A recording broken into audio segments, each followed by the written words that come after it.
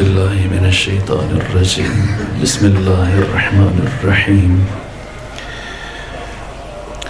الحمدللہ رب العالمین بارئ الخلائق اجمعین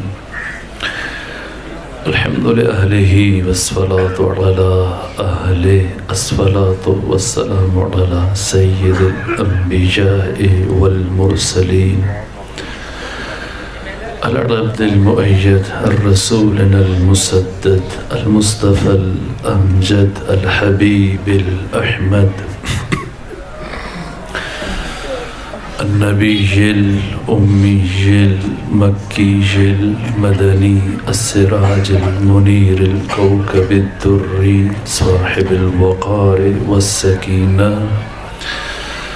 المدفون بأرض مدينة سيدنا ونبينا وشفيع ذنوبنا وطبيب قلوبنا وحبيب نفوسنا ومولانا أبي القاسم محمد المصطفى صلى الله عليه وسلم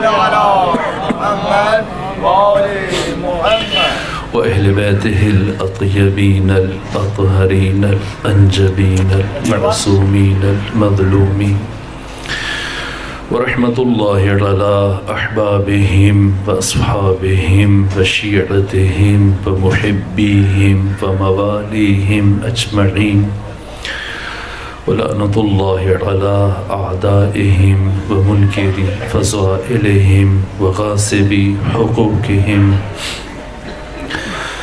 من يوم عداوتهم إلى الآن ومن الآن إلى قيام يوم الدين وبعد يوم الدين أما بعد فقد قال حق سبحانه في القرآن بسم الله الرحمن الرحيم إنا أعطيناك الكوثر فصل لربك وانحر إن شأنك هو الأبتر صلوات بيجي خاندان فاطمة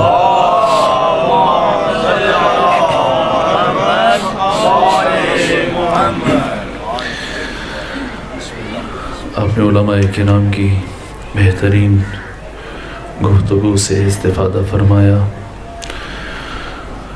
وہ ایک معمولی طالب علم ہوں، اس لائق نہیں کہ کچھ عرض کر سکوں، وہ بھی بارگاہ سیدہ زہرا سلام اللہ علیہا میں،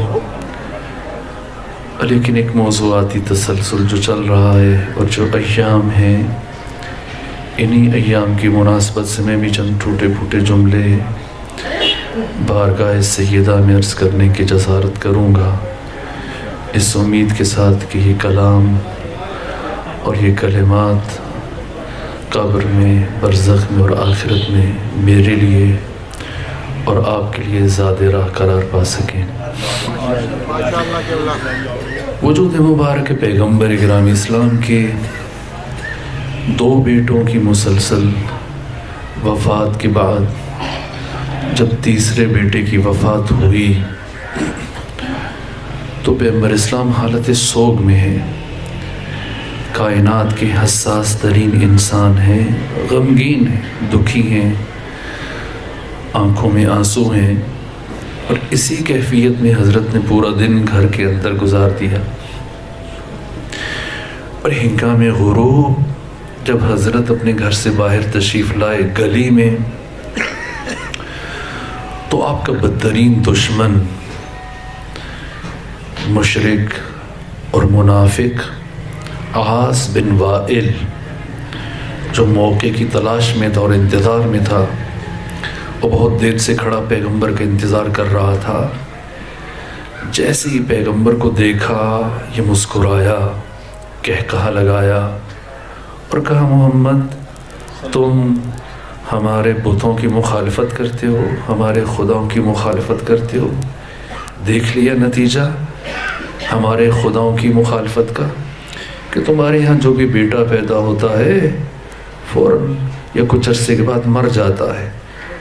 اگر مستقبل میں بھی تمہارا کوئی بیٹا پیدا ہوا اسی طرح سے مر جائے گا، اور تم اس دنیا سے بے نام و نشان جاؤ گے، ابتر جاؤ گے، بے اولاد جاؤ گے، اور ہمارے خداؤں کی مخالفت کا سلسلہ تمہاری موت کے ساتھ ختم ہو جائے گا۔ وہ رسول جس نے اپنی زندگی میں آج تک دشمن کے بڑے سے بڑے وار کو ہمیشہ مسکرا کر برداشت کیا، لہو لہان ہوئے، ساحر کہا گیا، جادوگر کہا گیا، دیوانہ کہا گیا، پتھر مارے گئے، ہجرت پر مجبور کیا گیا، زندگی میں کون سا ظلم ہے جو برداشت نہیں کیا، لیکن کبھی بھی جبین رسالت مآب پر شکن نہ آئی۔ آج پہلا موقع ہے۔ رسول کے قلب کی کیفیت ایسی تھی کہ دشمن کے وار سے ایسی چوٹ لگی آپ کے دل پر کہ آپ کی آنکھوں میں آنسو جاری ہو گئے، اور اپنا چہرہ آسمان کی طرف اٹھا دیا، اپنے ہاتھوں کو بلند کیا، گویا اللہ کی بارگاہ میں اس بدترین دشمن کی شکایت کر رہے ہیں، شکوہ کر رہے ہیں۔ ابھی پیغمبر گرامی اسلام کے ہاتھ نیچے نہیں آئے تھے کہ جبرائیل امین مختصر ترین فاصلہ زمانی گزرنے کے بعد یہ آیت اور اللہ کا پیغام لے کے نازل ہوا کہ اے رسول پریشان نہ ہو، دکھی نہ ہو، غمگین نہ ہو، سوگوار نہ ہو۔ پروردگار یہ فرما رہے کہ وَلَسَوْفَ يُعْطِيكَ رَبُّكَ فَتَرْضَى، ان قریب آپ کا رب آپ کو اس قدر عطا کرنے والا ہے کہ آپ خوش ہو جائیں گے، آپ راضی ہو جائیں گے۔ جیسی پروردگار کی عطا کا یہ وعدہ کیا گیا، اب پیغمبر اسلام دائماً حالت انتظار میں، اور جب رسول اسلام کا انتظار بڑھتا چلا گیا اور ایک موقع پر ختمی مرتبت نے استفسار کیا، پروردگار جس عطا کا مجھ سے وعدہ کیا گیا اس کا نزول کب ہوگا؟ تو پروردگار نے فرمایا اے میرے محبوب، میری یہ عطا کبھی تجھ تک نہیں پہنچے گی، بلکہ اسے لینے کے لیے تجھے میرے پاس آنا پڑے گا۔ یہ قرآن مجید کی آیات نہیں ہیں جو تیرا تعقب کریں کہ آپ سفر میں ہو تو سفر میں نازل ہو جائے، حضر میں ہو تو حضر میں نازل ہو جائے، دیس میں ہو تو دیس میں آئے، پردیس میں ہو تو پردیس میں آ جائے۔ نہ، میری اس عطا کو لینے کے لیے آپ کو میرے پاس آنا پڑے گا۔ آئیے مل کر یہ سوچتے ہیں، غور کرتے ہیں کہ آخر فلسفہ معراج کیا ہے؟ وہ کون سی ایسی بات ہے جو اللہ اپنے محبوب سے اس روئے زمین پر نہیں کہہ سکتا، اور وہ کون سی ایسی امانت ہے جو پروردگار اپنے محبوب کو اس دنیا میں نہیں بھیج سکتا؟ کس لیے بلایا ہے؟ کیا ہے فلسفہ معراج؟ یہ میرا موضوع نہیں ہے، لیکن بس ایک جملہ عرض کروں، اور وہ جملہ میرا نہیں ہے، خود سیدہ زہرا اپنی تخلیق کے راز سے پردہ اٹھاتے ہوئے فرماتی ہیں کہ ان اللہ تعالی خلق نوری، پروردگار نے میرے نور کو خلق فرمایا، وکان یسبح اللہ تعالی سبحانہ، جس کے بعد میرا نور حق تعالی کی تسبیح میں اور عبادت میں مصروف ہو گیا۔ ثم استودع نوری فی شجر من اشجار الجنہ، پھر پروردگار نے میرے نور کو جنت کے درختوں میں سے ایک درخت میں منتقل کر دیا۔ فَأَضَاءَتْ، تو وہ درخت روشن ہو گیا، جگمگا اٹھا، نورانی ہو گیا۔ وَإِذَا دَخَلَ أَبِي مُحَمَّدْ لَيْلَةَ الْمِعْرَاجِ فِي الْجَنَّةِ، اور جب شب معراج میرے والد بزرگوار جنت میں داخل ہوئے، الہمہ اللہ الیہ الہاماً، تو اللہ نے میرے بابا کے دل پر یہ الہام کیا، کیا؟ یا ایھا الرسول کل من تلک الشجرہ، اے رسول اس درخت سے کھا لیجئے۔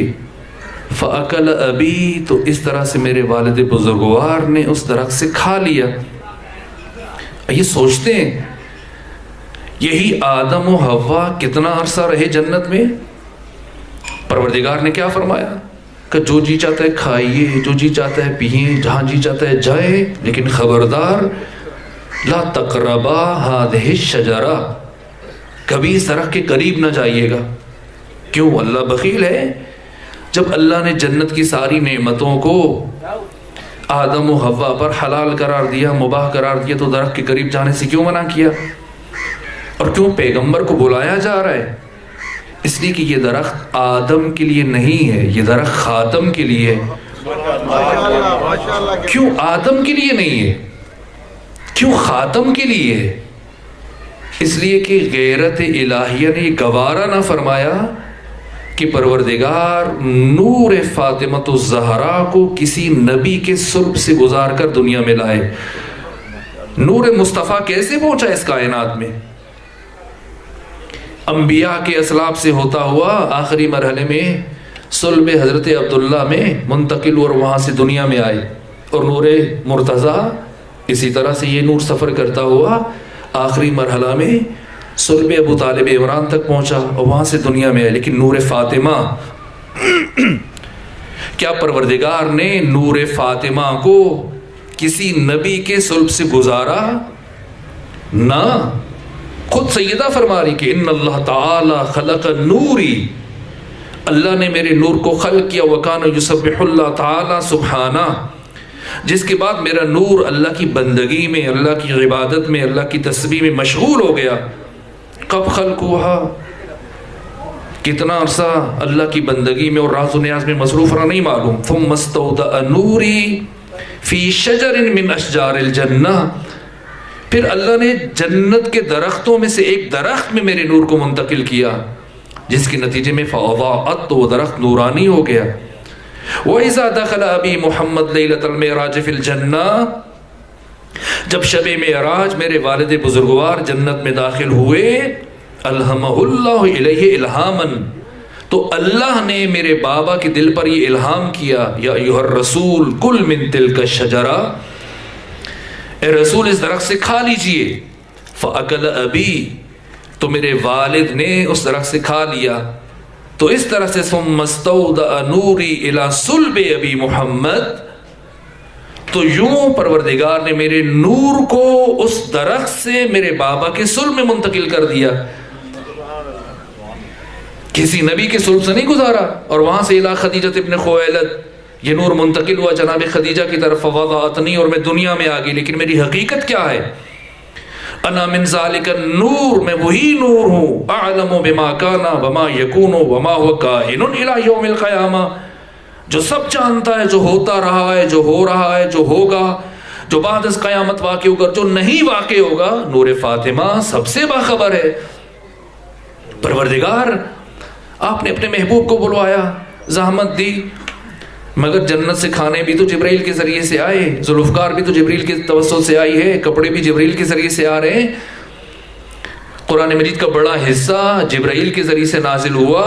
تو جس میوے میں، جس سیب بہشتی میں نور فاطمہ کو ودیت کیا ہے، اس سیب کو بھی جبرائیل کے ذریعے سے بھیج دیں۔ لیکن نہ، غیرت الہیہ نے یہ گوارا نہیں فرمایا کہ جس سیب بہشتی میں نور فاطمہ کو منتقل کیا ہے، اسے کسی معصوم فرشتے کا ہاتھ لگ جائے، خود بلوایا ہے۔ یہ عظمت فاطمہ ہے، حجاب اندر حجاب۔ چونکہ وقت محدود ہے، میں بہت ساری باتوں کو چھوڑ کر نتیجے کی طرف لے کے چلنا چاہتا ہوں، لیکن بس یہ آیت کے پہلے حصے کی تفسیر کر کے پھر فلسفہ ارسال نور فاطمہ بیان کرنا چاہوں گا چند جملوں میں۔ انا اعطیناک الکوثر، اے حبیب ہم نے آپ کو کوثر عطا کیا۔ کبھی عطا کا معنی عرض کروں گا، لیکن اب بس صرف ایک لفظ کی طرف متوجہ کر رہا ہوں، انا اعطیناک، اس کا معنی میں نہیں کروں گا، آپ کریں گے۔ انا اعطیناک کیا معنی ہے؟ وہ انا کا معنی ہے، انا نہیں ہے، انا کا مطلب میں ہے، انا ایک ہے انی میں نے، ایک ہے انا ہم نے آپ کو کوثر عطا کیا۔ دیکھیے یہ پروردگار کیا فرما رہے ہیں، انا اعطیناک، ہم نے آپ کو کوثر عطا کیا، میں نے یا ہم نے؟ کیا کہنا چاہیے اللہ کو؟ میں کہنا چاہیے، ہم کہنا چاہیے؟ میں کہنا چاہیے۔ قرآن مجید میں بکثرت پروردگار نے میں کہا۔ دیکھیے وما خلقت الجن والانس الا لیعبدون، میں نے جن و انس کو خلق نہیں کیا مگر اس لیے کہ وہ میری عبادت کریں۔ کیا فرمایا یہاں؟ ہم نے آپ کو کوثر عطا کیا. وہ وحدہ لا شریک ہے, اس کا کوئی شریک نہیں ہے. تو پروردگار کیوں فرما رہے ہم نے؟ تو قرآنی قاعدہ اپنی سماعتوں میں محفوظ کر لیجئے. پروردگار کبھی خود کو میں کہتا ہے, کبھی ہم کہتا ہے. کب میں کہتا ہے اور کب ہم کہتا ہے؟ جب اللہ کسی کام کو وسیلے کے بغیر انجام دے تب میں کہتا ہے. اور جب جن موارد میں, یہ ایک مورد ہے, اور جن مقامات پر اللہ کسی کام کو وسیلے کے ذریعے انجام دے, پھر میں نہیں کہتا. کیا کہتا ہے؟ ہم. تو یہاں پروردگار نے کیا فرمایا؟ ہم نے آپ کو کوثر عطا کیا, یعنی کسی کو وسیلہ بنایا. تو کسے وسیلہ بنایا؟ کسی نبی کو نہ. سیدہ کے کلام کی روشنی میں کوئی نبی انتقال نور فاطمہ کے لیے وسیلہ بننے کی صلاحیت نہیں رکھتا. کسی فرشتے کو نہ. سیدہ کے کلام کی روشنی میں کوئی فرشتہ تحویل نور فاطمہ کے لیے وسیلہ بننے کی صلاحیت نہیں رکھتا. تو پھر کسے بنایا؟ کون ہے؟ اور پروردگار فرما رہا ہے کہ ہم نے آپ کو کوثر عطا کیا. تنہا ایک ذات ہے کہ جسے پروردگار نے ذات فاطمہ کو پیغمبر کی گود تک پہنچانے کے لیے وسیلہ منتخب کیا, اور اس ذات کا نام ہے خدیجہ ابن خویلد سلام اللہ علیہا. ایک باشعور ذہن میں جو سوال اٹھتا ہے کہ جب کسی نبی میں اتنی صلاحیت نہیں ہے کہ وہ انتقال نور فاطمہ تو زہرا کے لیے وسیلہ بننے کی صلاحیت رکھے, کسی فرشتے میں اتنی صلاحیت نہیں کہ وہ تحویل نور فاطمہ کے لیے وسیلہ بن سکے, تو پھر اس بی بی میں ایسی کون سی خصوصیت ہے کہ جس کی بنا پر اللہ نے اسے وسیلہ بنایا ہے؟ تو اب وقت کم ہے, میں کسی تفصیلی بات میں نہیں جاؤں گا. صرف نام سے ہی واضح ہو جائے گا کہ پروردگار نے اس بی بی کو کیوں وسیلہ بنایا. خدیج یا خدیجہ لغت میں اس بچے کو کہتے ہیں, اس جنین کو. اگر بچہ ہے تو خدیج, بچی ہے تو خدیجہ. جس نے اپنی ماں کے بطن میں 4 مہینے مکمل کیے ہوں, اور اس سے پہلے کہ 5واں مہینہ شروع ہو وہ بچہ دنیا میں آ جائے, اسے خدیج کہتے ہیں یا خدیجہ کہتے ہیں. جناب خدیجہ کا نام خدیجہ کیوں رکھا گیا؟ اس لیے کہ یہ بی بی اپنی ماں کے بطن میں 4 مہینے رہی اور اس کے بعد دنیا میں آئی. کیوں پروردگار نے اس بی بی کو دنیا میں بھیج دیا؟ آپ جانتے کہ 4 مہینے مکمل ہونے کے بعد جنین کی خوراک اپنی ماں کے بطن میں تبدیل ہو جاتی ہے, اور اب وہ شے اس خاتون کی بطن میں بچے کی خوراک بننا شروع ہو جاتی ہے, جس کی وجہ سے یہ خاتون سال مہینے میں بہت سارے دن نماز نہیں پڑھ سکتی اور روزہ نہیں رکھ سکتی ہے. تو اس سے پہلے کہ جناب خدیجہ کی اپنی ماں کے بطن میں خوراک بدلتی, اللہ نے اس بی بی کو دنیا میں بھیج دیا. کیوں؟ اس لیے کہ اس بی بی نے مستقبل میں اس ہستی کے لیے ماں بننا ہے کہ جسے کائنات میں بطول کہا جاتا ہے. اِنَّا أَعْطَيْنَاكَ الْكَوْثَرَ, اے حبیب ہم نے آپ کو کوثر عطا کیا. آئیے بس وقت بہت محدود ہے, مل کے یہ سوچتے ہیں کہ پروردگار نے وہ ہستی کی جس کی ولادت سر اندر سر ہے, راز اندر راز ہے, حجاب اندر حجاب ہے, اللہ نے اس بی بی کو کیوں بھیجا ہے؟ وہی اپنے جوار میں, اپنے قرب میں اس نور کو باقی رکھتا اور یہ نور مصروف بندگی رہتا. کیوں اس درخت میں منتقل کیا؟ کیوں اپنے محبوب کو بلوایا؟ کیوں دنیا میں بھیجا؟ کیوں اتنا اہتمام؟ در حالی کہ پروردگار کی مشیت یہ کہ کوئی بھی ذات فاطمہ کی طرف نگاہ اٹھا کے نہ دیکھے, نہ دنیا میں نہ آخرت میں. یہ وہ حدیث ہے جسے کنز العمال میں بھی ذکر کیا گیا, تمام منابع اہل سنت اہل تشیع بیان کیا گیا. قیامت کے دن جیسی فاطمہ کی سواری میدان معاشر میں داخل ہوگی, پروردگار کیا فرمائے گا؟ اے اہل معاشر نکسوا رؤوسکم, اپنے سروں کو جھکا لو, وغفوا ابصارکم, اپنی آنکھوں کو بند کر لو. کیوں؟ اس لیے کہ اب فاطمہ تو زہرا میدان معاشر میں تشریف لا رہی ہیں. یعنی پروردگار کو یہ گوارا نہیں کہ کوئی نبی بھی آنکھ اٹھا کر فاطمہ کی طرف دیکھے. سر جھکاؤ, آنکھیں بند کرو. اور فاطمہ کی مشیت کیا؟ یہ تو اللہ کی مشیت ہے۔ جب پیغمبر نے پوچھا کہ فاطمہ بتائیں اس دنیا میں آپ کی سب سے بڑی خواہش کیا ہے؟ فرمایا بابا صرف ایک خواہش ہے۔ کیا؟ کہ کوئی نامحرم زندگی میں مجھے نہ دیکھے اور نہ ہی میں کسی نامحرم کو دیکھوں۔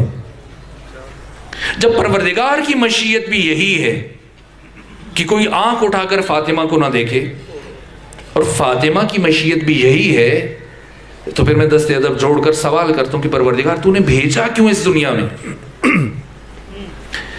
ایسا کون سا مقصد ہے کہ اگر پروردگار فاطمہ کو اس دنیا میں نہ بھیجے تو وہ مقصد حاصل نہیں ہو سکتا؟ فاطمہ کے وجود کی جو برکات ہیں، اہداف ہیں، مقاصد ہیں، الا ماشاء اللہ ہیں، لا محدود ہیں، لیکن وہ انحصاری مقصد، جس مقصد کے حصول کے لیے اللہ نے فاطمہ کو بھیجا، کہ اگر فاطمہ کو نہ بھیجتا تو وہ مقصد کبھی حاصل نہ ہوتا۔ وہ کون سا مقصد ہے؟ وہ تمام انبیاء کی محنتوں کا نچوڑ ہے کہ آخر میں اللہ نے آخری نبی اپنے محبوب کو بھیجا اور اس کے بعد اب کوئی نبی نہیں آئے گا۔ اب غدیر میں تمام انبیاء کی محنتوں کے تحفظ کے لیے غدیر کا اہتمام کیا تاکہ بشریت پر قیامت تک کے لیے عدل اور انصاف کی حکمرانی کا انتظام ہو جائے۔ لیکن کیا ہوا کہ ادھر پیغمبر کی آنکھ بند ہوئی، علی ابن ابی طالب پیغمبر گرامی اسلام کو غسل اور کفن دینے میں مصروف ہیں، ادھر دوسری طرف گلی میں جہاں صحابہ کرام گریہ کر رہے ہیں، رو رہے ہیں، حالت عزاداری میں ہیں، ایک شخص نے تلوار نکال دی اور چیخنا شروع کیا، خبردار اگر کسی نے کہا کہ محمد مر گئے میں اس کی گردن اڑا دوں گا۔ ایک جوان صحابی جس کا نام ہے عمر ابن زائدہ، یہ آگے بڑھا، اس نے قرآن کی آیت پڑھی کہ اگر اللہ اپنے رسول کو آسمان پہ اٹھا لے یا وہ دنیا سے چلے جائیں تو کیا تم الٹے پاؤں کفر کی طرف چل پڑو گے؟ اس نے ڈانٹا، چپ کروا دیا، خاموش ہو جاؤ، خبردار کسی نے کہا۔ اسی دوران میں اس نے کسی فرد کو بھیجا کہیں کسی کو بلانے کے لیے، اور تھوڑی دیر کے بعد دو بوڑھے افراد وہاں دوڑتے ہوئے پہنچے، ایک ابو عبیدہ اور ایک ابو عبیدہ کے ساتھ ایک اور فرد تھا۔ جیسے ہی پہنچے ابو عبیدہ کے ساتھ آنے والے نے وہی آیت پڑھی جو کچھ دیر پہلے عمر ابن زائدہ پڑھ رہا تھا، اور اس نے سنی انسنی کر دی تھی، کہا اچھا میرے ذہن میں نہیں تھا، میرے حافظے میں نہیں تھا، فوراً سے تلوار کو نیام میں ڈالا، اور اب یہ تینوں افراد دوڑتے ہوئے پہنچتے ہیں سقیفہ بنی سعدہ میں، جہاں پر 317 انصار پہلے سے موجود ہیں اور وہ سعد بن عبادہ کی بیعت کرنے کے لیے بالکل آمادہ ہیں۔ اس کا خطبہ بھی ہو چکا ہے، تقریر ہو چکی ہے، بس بیعت کرنے لگے کہ اور اوپر سے یہ 3 افراد پہنچ گئے۔ یہ کیا کرنے لگے ہو؟ کہ بیعت کا کیوں؟ کہ اس لیے کہ ہماری خدمات ہیں، ہم نے تجھے اپنے جان و مال میں شریک کیا، حتیٰ جس کی 2 بیویاں تھیں، ایک کو طلاق دی تاکہ تم عقد کر سکو، تم زمینیں دی، سب کچھ کیا، جنگیں لڑی، اسلام کی سربلندی میں ہمارا کردار ہے، خلافت ہمارا حق ہے۔ کہ نہ، خلیفہ پیغمبر گرامی اسلام کی وصیت کے مطابق بنے گا، اور پیغمبر نے فرمایا تھا کہ میرا جانشین میرے خاندان سے ہوگا، اور ہم ہیں رسول اسلام کے خاندان والے، اس لیے خلیفہ ہم میں سے ہوگا۔ ان کی باتوں کے آگے انصار تھوڑا سا نرم پڑے، اور ان میں سے کسی ایک نے کہا، سعد بن عبادہ نے جو ان کا امیر تھا، کہا اچھا ایسا کر لیتے ہیں کہ ایک امیر تم میں سے ہو جائے، ایک امیر ہم میں سے۔ اور وہ شخص جس نے تلوار نکالی ہوئی تھی کچھ دیر پہلے، اس نے کہا کہ یہ کیسے ممکن ہے کہ ایک جماعت میں 2 امیر ہوں؟ نہ، امیر ایک ہوگا اور وہ ہم میں سے ہوگا۔ یہ خاموش ہوئے، اور چونکہ سعد بن عبادہ کا چچا زاد بھائی سے کینہ رکھتا تھا، فوراً سے اس نے کہا ٹھیک ہے ٹھیک ہے، ہاتھ نکالا۔ ادھر مہاجرین میں سے جو 2 افراد تھے، ایک تلوار والے صاحب نے اور ابو عبیدہ نے بیعت کی، اور پھر اس کے بعد انصار میں سے سعد بن عبادہ کے چچا زاد بھائی نے اور باقی انصار نے ایک ایک کر کے، اور عبد الرحمن بن عوف مکی بھی پہنچ گیا تھا، سب نے بیعت کر لی، اور یہیں پر عہدوں کی تقسیم ہوئی۔ ابو عبیدہ کو خزانوں کی کنجیاں دے کر وزیر خزانہ بنایا گیا، وہ جو تلوار نکال کے کھڑے تھے ان کو چیف جسٹس بنا دیا گیا، قاضی القضات۔ شہید باقر استاد فرماتے کہ عہدوں کی تقسیم بتا رہی ہے کہ سب کچھ پری پلانڈ تھا، پہلے سے تیار تھا۔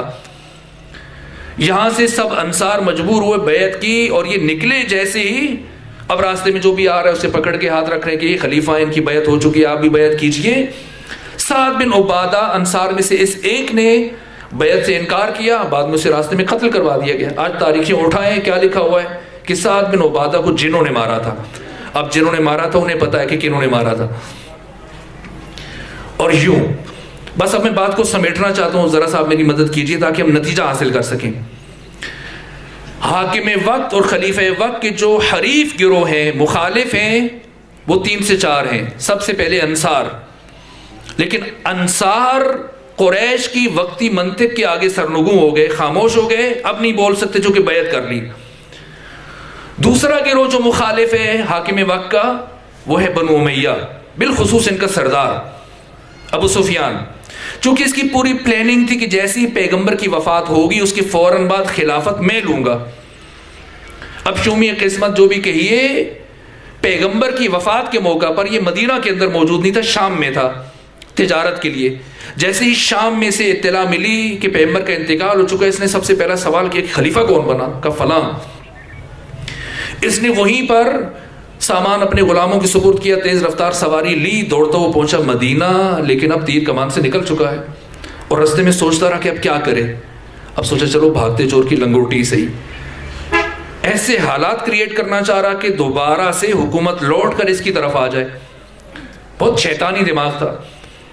سیدھا چلتا وہ سوچتے سوچتے پہنچا جناب عباس کے پاس اور ان سے کہا کہ عباس, یہ خلافت یا تو بنو ہاشم کا حق ہے یا بنو امیہ کا حق ہے, اور بنو ہاشم میں اہل افراد کی کمی نہیں ہے جن میں سے برجستہ ترین خود علی ابن ابی طالب ہیں.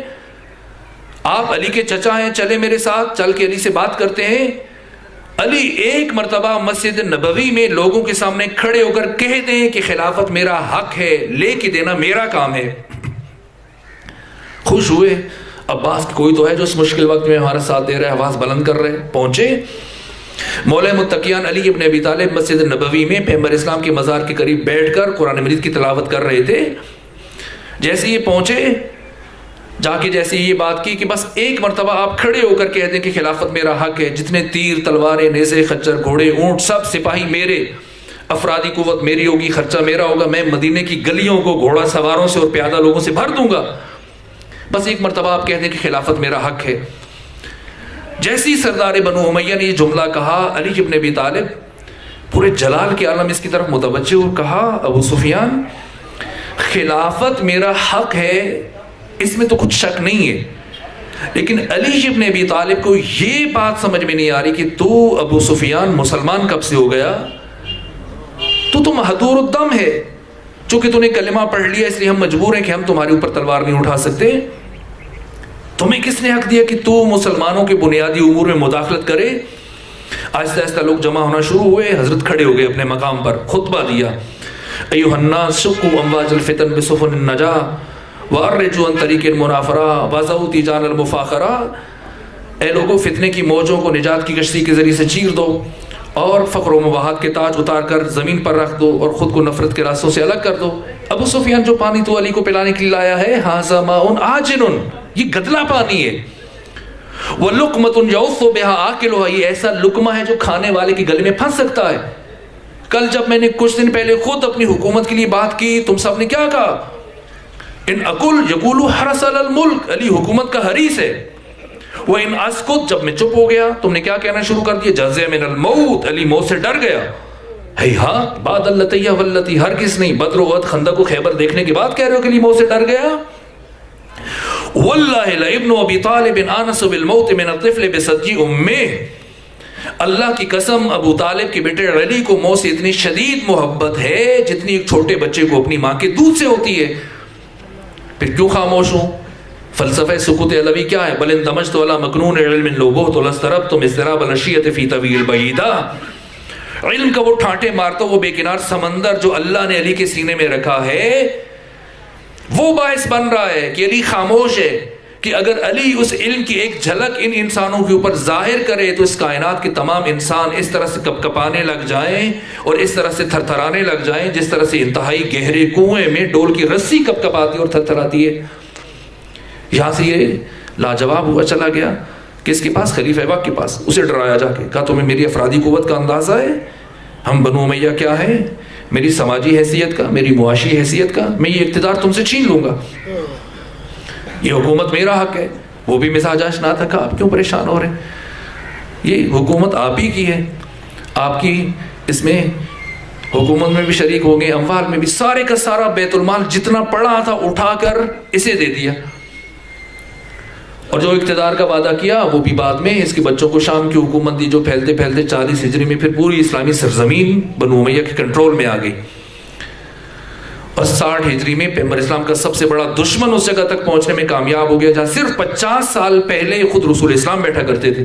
کس نے پہنچایا یزید کو؟ کتنے مخالفین حکومت وقت کے؟ بس بات کو سمیٹی اور نتیجہ لیجئے. انصار وہ نہیں بول سکتے, بنو امیہ یہ خاموش ہیں, ان کے زمین کو خرید لیا گیا. علی, اولاد علی, اصحاب علی اور شاگردان علی, علی نے کیوں تلوار نہیں اٹھائی؟ وہ علی کی جو ٹوٹی ہوئی تلوار کے ساتھ جنگی احد میں ہزاروں کے دشمن کے لشکر کو بھاگنے پہ مجبور کر سکتا ہے, اگر یہ علی پہنچ جاتے سقیفہ بنی سعدہ میں تو کتنا وقت چاہیے تھا علی کو؟ کیوں نہیں گئے؟ بس مجبور ہوں, اگرچہ وقت بہت کم ہے, شاید میں مصائب کچھ کم کر دوں, لیکن یہ نتیجہ دینا ضروری ہے. آپ تفصیل سے سن رہے ہیں مصائب اور بعد میں بھی سنیں گے, بس میں نتیجہ عرض کرنا چاہ رہا ہوں. کیوں علی ابن ابی طالب نے تلوار نہیں اٹھائی؟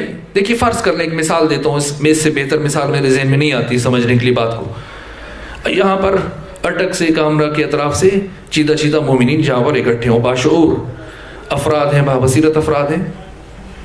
اگر آپ پاکستان کے اوپر نگاہ اٹھائیں اور پاکستان کی موجودہ جو حالات ہیں, تشیع کی اجتماعی سطح پہ پچھلے 20 سالوں سے نسل کشی ہو رہی ہے, دیوار کے ساتھ لگایا جا رہا ہے, معاشی اعتبار سے, سماجی اعتبار سے, عہدوں سے ہٹایا جا رہا ہے, ان سے ایک امتیازی سلوک ہے.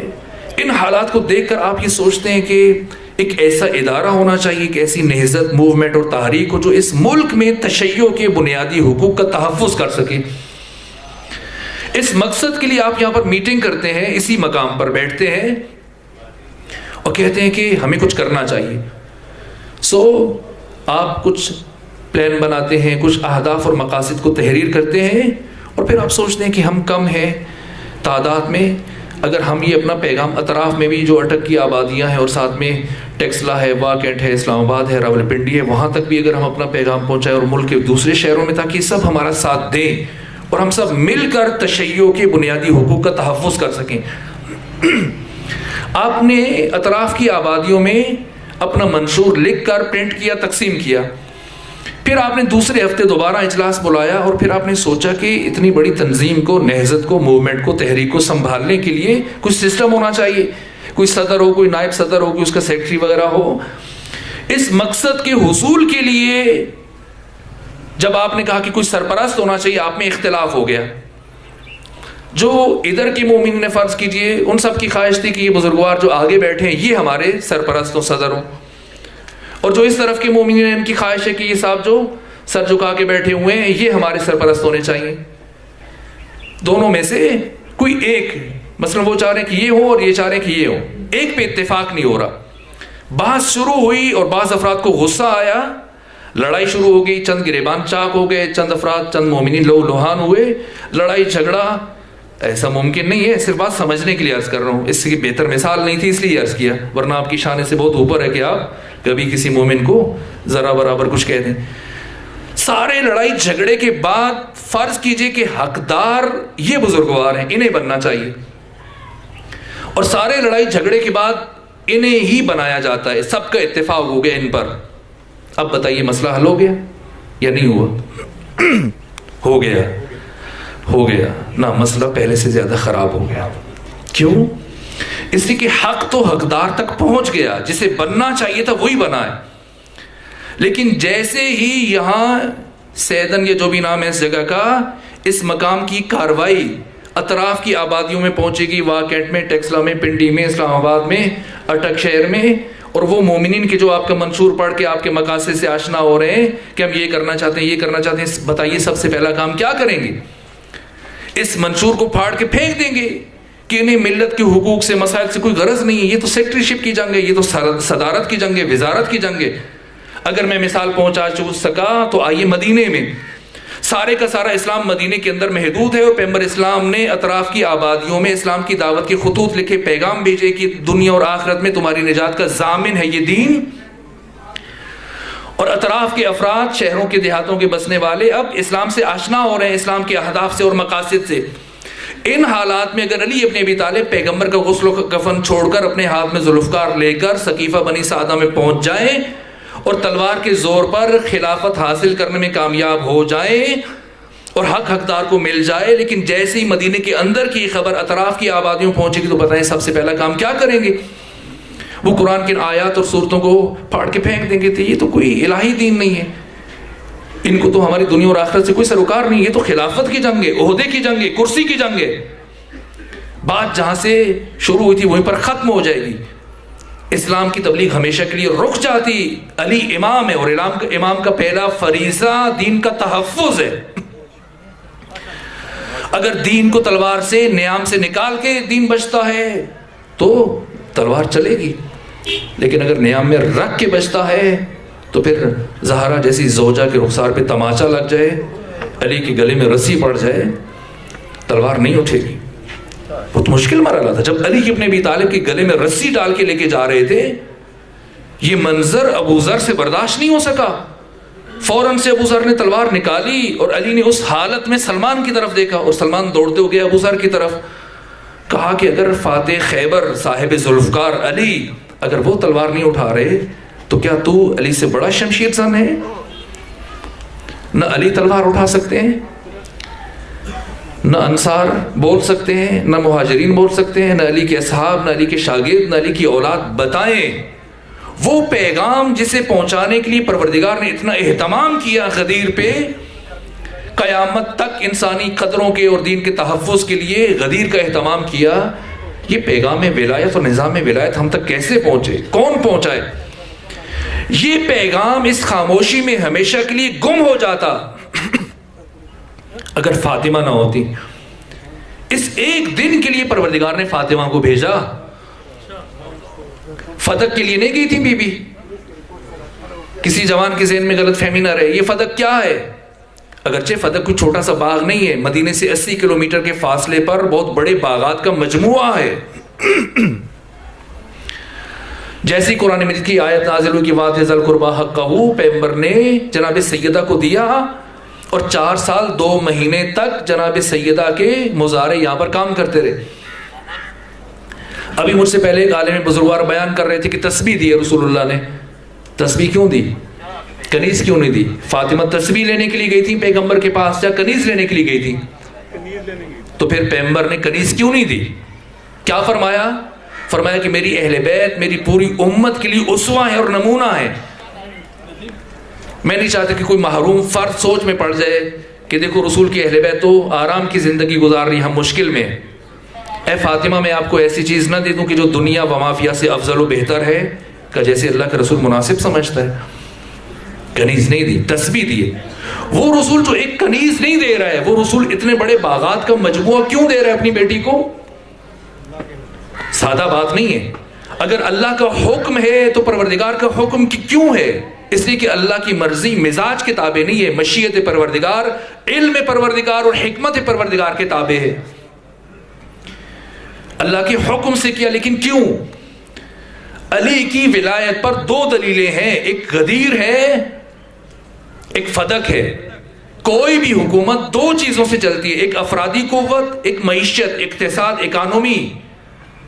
افرادی قوت کے حصول کے لیے اللہ کے حکم سے پیغمبر اسلام نے غدیر کا اہتمام کیا، اور علی کی حکومت کی معیشت کی بنیادوں کو مستحکم کرنے کے لیے فدق دیا ہے۔ فاطمہ کے لیے اور آپ کے بچوں کے لیے نہیں دیا گیا تھا، یہ امانت ہے فاطمہ کے پاس۔ 4 سال 2 مہینے فدق سیدہ کے پاس رہا، اس فدق کی ایک کھجور بھی سیدہ کے گھر میں نہیں آئی ہے۔ ساری آمدنی باہر سے فقراء، غرباء اور مساکین میں تقسیم ہو جاتی تھی۔ پیغمبر نے فدق کیوں دیا؟ سمجھ میں آتا ہے۔ حاکم نے کیوں چھینا؟ اس لیے کہ جتنا بیت المال پڑا تھا اٹھا کے سارے کا سارا سردار بنو امیہ کو دے دیا۔ اب مرتدین زکوٰۃ ہیں، یہ جو بھی ہیں، ان کے ساتھ جنگ کیسے کرے؟ لوگوں کو وظیفے کہاں سے دے؟ اور وظیفے نہیں دے گا تو شور اٹھے گا، حکومت ختم ہو جائے گی۔ سوائے فدق کے اب دشمن کو بھی کچھ نظر نہیں آ رہا تھا، اس لیے فدق کے اوپر ہاتھ صاف کیے۔ لیکن اساسی سوال، فاطمہ کیوں گئی؟ کیا سیدہ چند درختوں کے لیے گئی تھی؟ ابھی آپ کی اسی مجلس میں ایک خاتون روتی ہوئی آ جائے اور آ کر فریاد کرے کہ میں گزر رہی تھی گلی سے، کسی نے مجھ سے میرا پرس چھین لیا، مجھ سے پیسے چھین لیے، آپ کا ریئیکشن کیا ہوگا؟ آپ کہیں گے ٹھیک ہے تمہارے ساتھ زیادتی ہوگی، لیکن کتنا برا ہے کہ تو اتنے نامحرموں کے سامنے آ کر گفتگو کر رہی ہے۔ آپ عام خاتون کے لیے مناسب نہیں سمجھتے، اور وہ بی بی جس کی زندگی کی سب سے بڑی خواہش یہ ہے کہ کوئی نامحرم اس کی طرف نگاہ اٹھا کے نہ دیکھے، ایسی کون سی مجبوری تھی کہ فاطمہ بھرے دربار میں آ گئی؟ سمجھنا ہے فاطمہ چند درختوں کے لیے نہیں گئی تھی، پھر کون سی مجبوری تھی؟ قیامت تک آنے والی نسلوں کو مومن بنانا، یہ فاطمہ کی مجبوری تھی۔ پیغام ولایت اور تمام انبیاء کی محنت کو بچانا، یہ فاطمہ کی مجبوری تھی، اس لیے بھرے گھر سے باہر آ گئی۔ وہ دروازہ جو مسجد میں کھلتا تھا، ابھی تک وہ دروازہ بند نہیں ہوا تھا۔ اگر سیدہ فاطمہ ایک قدم باہر رکھے مسجد میں پہنچے، لیکن نہ، فاطمہ آج اس دروازے سے نہیں گئی ہیں، بلکہ وہ دروازہ جو گلی میں کھلتا ہے اور کافی وقت طے کرنے کے بعد مرکزی دروازے سے مسجد میں کھلتا تھا، جاتا تھا، سیدہ اس دروازے سے آ رہی۔ کیوں؟ وہ بی بی جو کبھی نہیں چاہتی تھی کہ کوئی مجھے دیکھے، آج خود چاہ رہی کہ سب کو پتا چلے کہ نبی زادی زندگی میں پہلی مرتبہ گھر سے دربار کی طرف جا رہی ہیں۔ کتنے بیٹے ہیں؟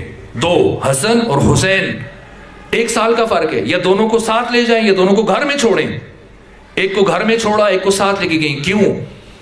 حسن کو گھر میں چھوڑا، حسین کو ساتھ لے کے گئیں، تاکہ حاکم وقت کو یاد آ جائے، وہ جو میرے بابا کی مسند پہ بیٹھا ہے، کہ جس حسین کے آنے پر اور گرنے پر حضور منبر چھوڑ دیتے تھے،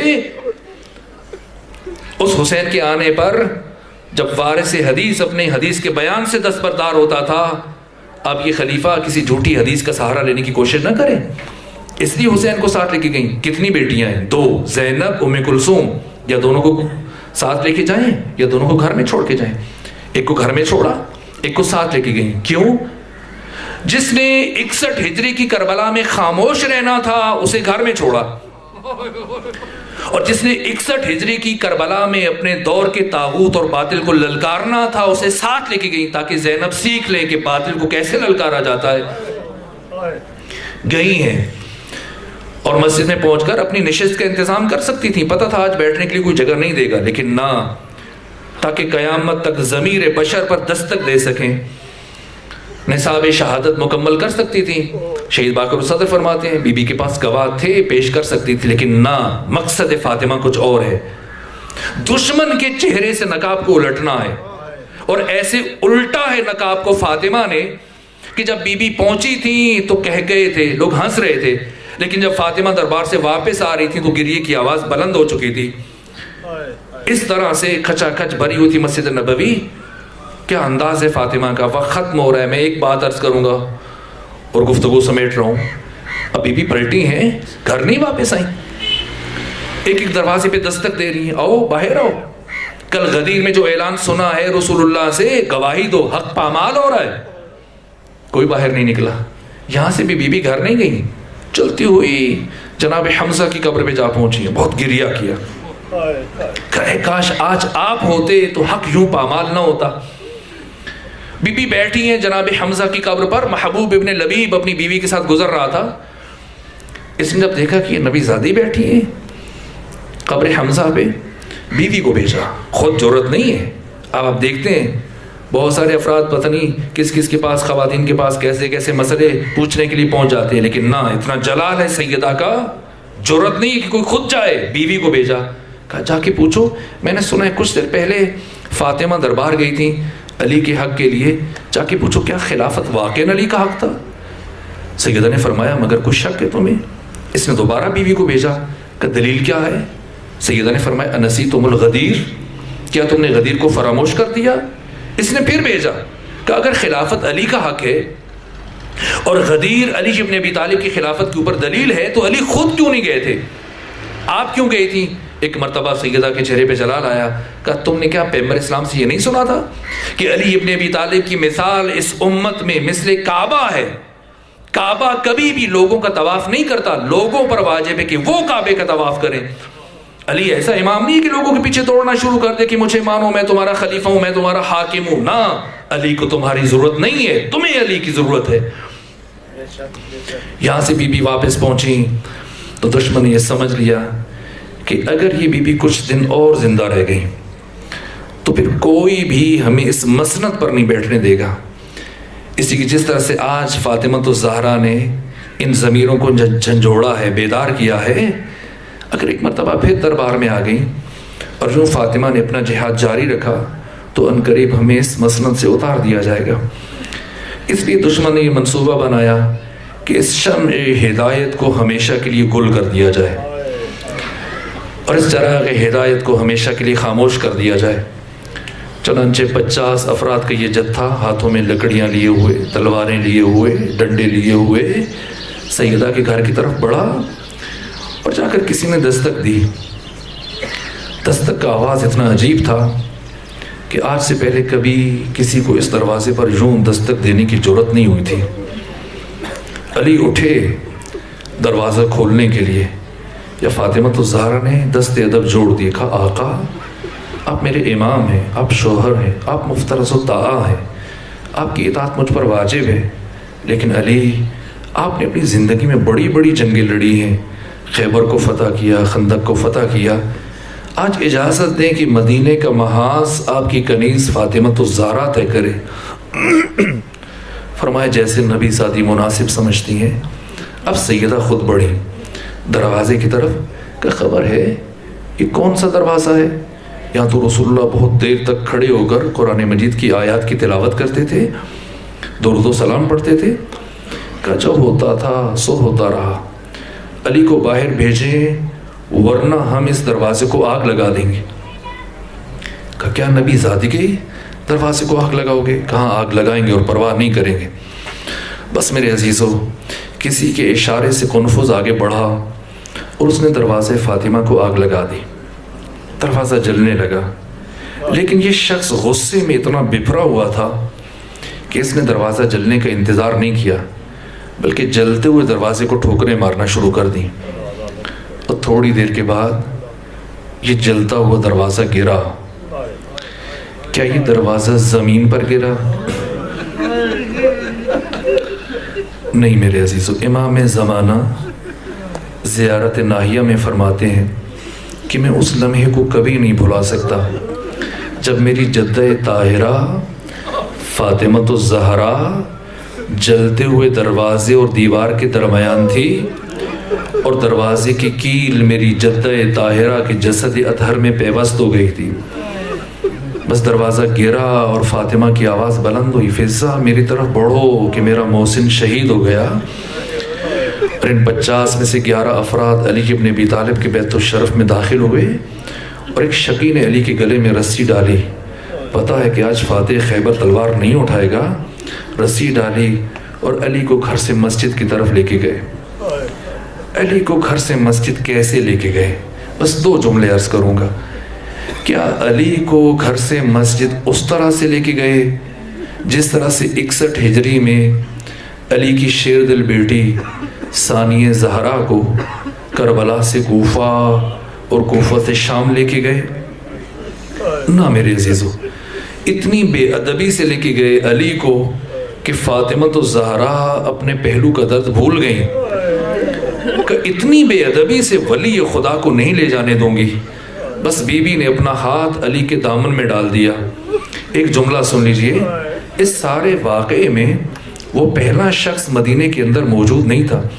جب وہ واپس آیا دوسرے سے ملا، کہا میں نے سنا ہے کہ تو نے نبی زادی کے دروازے کو آگ لگائی. کہا میں نے آگ لگائی. کہا میں نے سنا ہے کہ نبی زادی نے بڑی مقاومت دکھائی. ہاں بڑی مقاومت دکھائی. کہا میں نے سنا ہے کہ نبی زادی علی کا دامن نہیں چھوڑ رہی تھی. کہ نہیں چھوڑ رہی تھی. کہ بتا کیسے چھڑوایا؟ کیسے چھڑوایا؟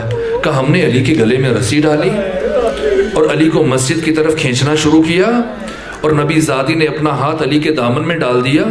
ہم نے سوچا خاتون ہے، زخمی ہے، جلا ہوا دروازہ اوپر پڑا ہے، ذرا زور سے کھینچیں گے تو نبی زادی کا ہاتھ چھوٹ جائے گا. لیکن نبی زادی نے اتنی مضبوطی سے علی کا دامن پکڑ رکھا تھا کہ جیسے جیسے ہم علی کو کھینچ رہے تھے نبی زادی علی کے ساتھ کھینچتی چلی جا رہی تھی. کہ پھر کیسے چھڑوایا؟ کہ بس چھڑوا لیا. کہا نا بتا کیسے چھڑوایا؟ کہ میں نے سمجھ لیا کہ اس بی بی نے اتنی مضبوطی سے علی کا دامن پکڑ رکھا ہے کہ قیامت تک نہیں چھوڑے گی. اس لیے میں نے ایک مرتبہ داہنے دیکھا، ایک مرتبہ بائیں دیکھا، میری نگاہ قنفذ پر پڑی، اس کی کمربند میں تازیانہ تھا، میں نے وہ تازیانہ نکالا اور فضا میں لہرانے کے بعد اس زور سے نبی زادی کے ہاتھ پر مارا کہ ایک مرتبہ فاطمہ کا ہاتھ چھوٹ گیا.